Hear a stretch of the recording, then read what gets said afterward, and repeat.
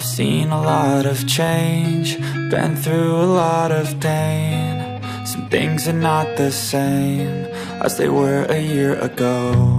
বাংলাদেশ ১,৪৭,৫৭০ বর্গ কিলোমিটার বা ৫৭,০০০ বর্গমাইল আয়তনের এই দেশটির রাজধানী ঢাকা। বর্তমানে ঢাকার সুবিশাল ভবন, বড় বড় বিল্ডিং, রাস্তার পাশে বিলাসবহুল বিশাল shopping mall, comfortable highway road, সার্বক্ষণিক ইলেকট্রনিক ডিভাইসের ব্যবহার, লাক্সারি কার, এসি, ফ্রিজ, আরও কত কী। কখনো কি ভেবে দেখেছেন আপনি যেখানে বসে এই ভিডিওটি দেখছেন তার আশপাশটা কেমন ছিল ১০০ বছর আগে?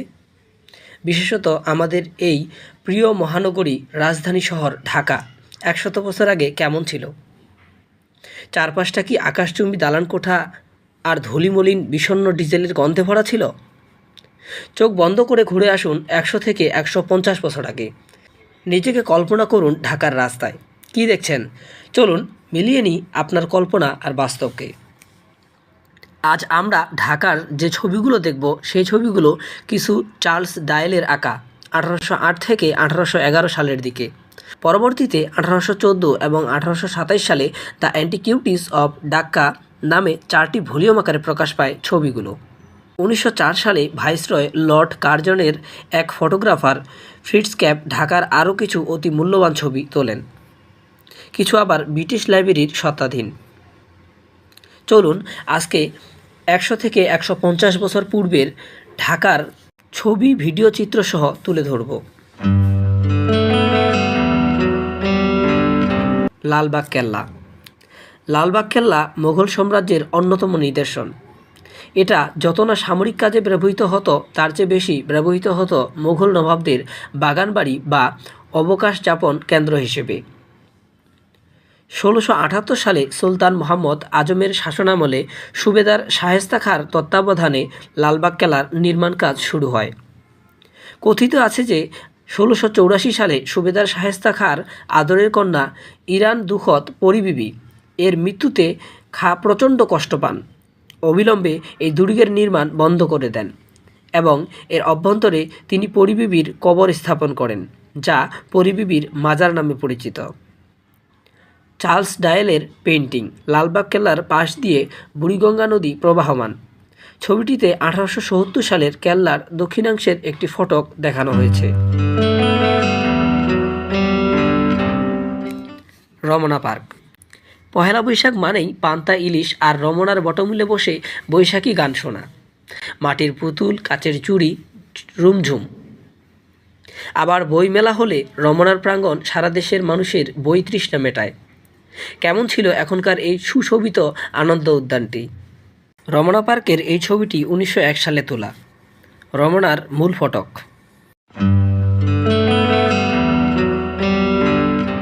পুরান ঢাকার ইফতারি মানেই চকবাজারের ইফতারি। পুরো রমজানে একবার হলেও চকবাজারে ঢু মেরে আসতে হয় নগরবাসীর। হরেক রকমের লোভনীয় খাবারের আখড়া এই চকবাজার। কিন্তু এই চকবাজারেই একসময় কৃতদাস কেনাবেচা হতো। মোঘল আমলে এটা ছিল দাস ব্যবসা এবং লোকজনের আড্ডার কেন্দ্রবিন্দু। এখন যে ছবিটি দেখতে পাচ্ছেন এটিও শতবর্ষী পুরনো চকবাজারের ছবি। ঢাকা কলেজ। অনেক ইতিহাসের সাক্ষী এই ঢাকা কলেজ। ১৮৪১ সালে উপমহাদেশের প্রথম আধুনিক শিক্ষা প্রতিষ্ঠান হিসেবে প্রতিষ্ঠিত হয় এই ঢাকা কলেজ। হিন্দু কলেজের শিক্ষক এবং কেমব্রিজ বিশ্ববিদ্যালয়ের ছাত্র জে আয়ারল্যান্ড ঢাকা কলেজের প্রথম অধ্যক্ষ। বর্তমানে ঢাকা কলেজ উচ্চ মাধ্যমিক পাঠ্যক্রমের সঙ্গে সঙ্গে স্নাতক ও স্নাতকোত্তর পর্যায়ে ১৯টি বিষয়ে শিক্ষাদান কার্যক্রম চালু রয়েছে। ছাত্রদের জন্য ঢাকা কলেজের ৭টি ছাত্রাবাস আছে। ঢাকা কলেজের এই ছবিটি শতবর্ষী পুরনো।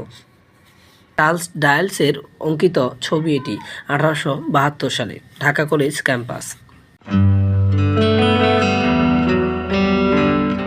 ঢাকেশ্বরী মন্দির। ঢাকেশ্বরী মন্দির নৈমানশৈলী দেখে ধারণা করা হয় যে এটা পূর্বে বৌদ্ধ মন্দির ছিল। পরবর্তীতে যা রূপান্তরিত হয় হিন্দু মন্দিরে। ১৯ শতকের শেষের দিকে মন্দিরটি সম্পূর্ণ জঙ্গলাকীর্ণ ছিল এবং রক্ষণাবেক্ষণ ও উপাসনার জন্য কোনো পুরোহিত ছিল না। এখন যে ছবিটি দেখতে পাচ্ছেন এটি মূলত ১৯০৪ সালের ঢাকেশ্বরী মন্দির।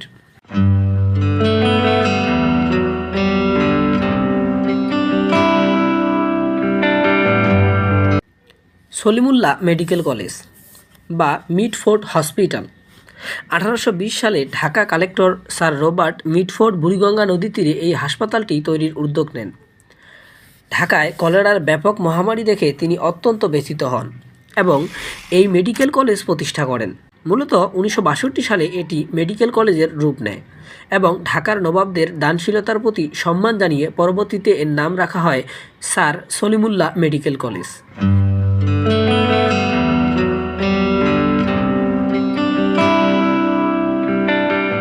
শিল্পনগরী তেজগাঁও। আপনারা এখন যে ছবিটি দেখতে পাচ্ছেন এটি 1880 সালে তেজগাঁও এলাকার অঙ্কিত একটি ছবি।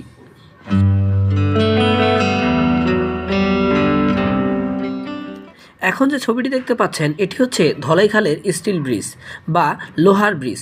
এটি 1904 সালের তোলা ছবি। সেন্ট থমাস চার্চ, প্রায় 200 বছর আগের পুরনো এই চার্চ পুরান ঢাকার অন্যতম নিদর্শন।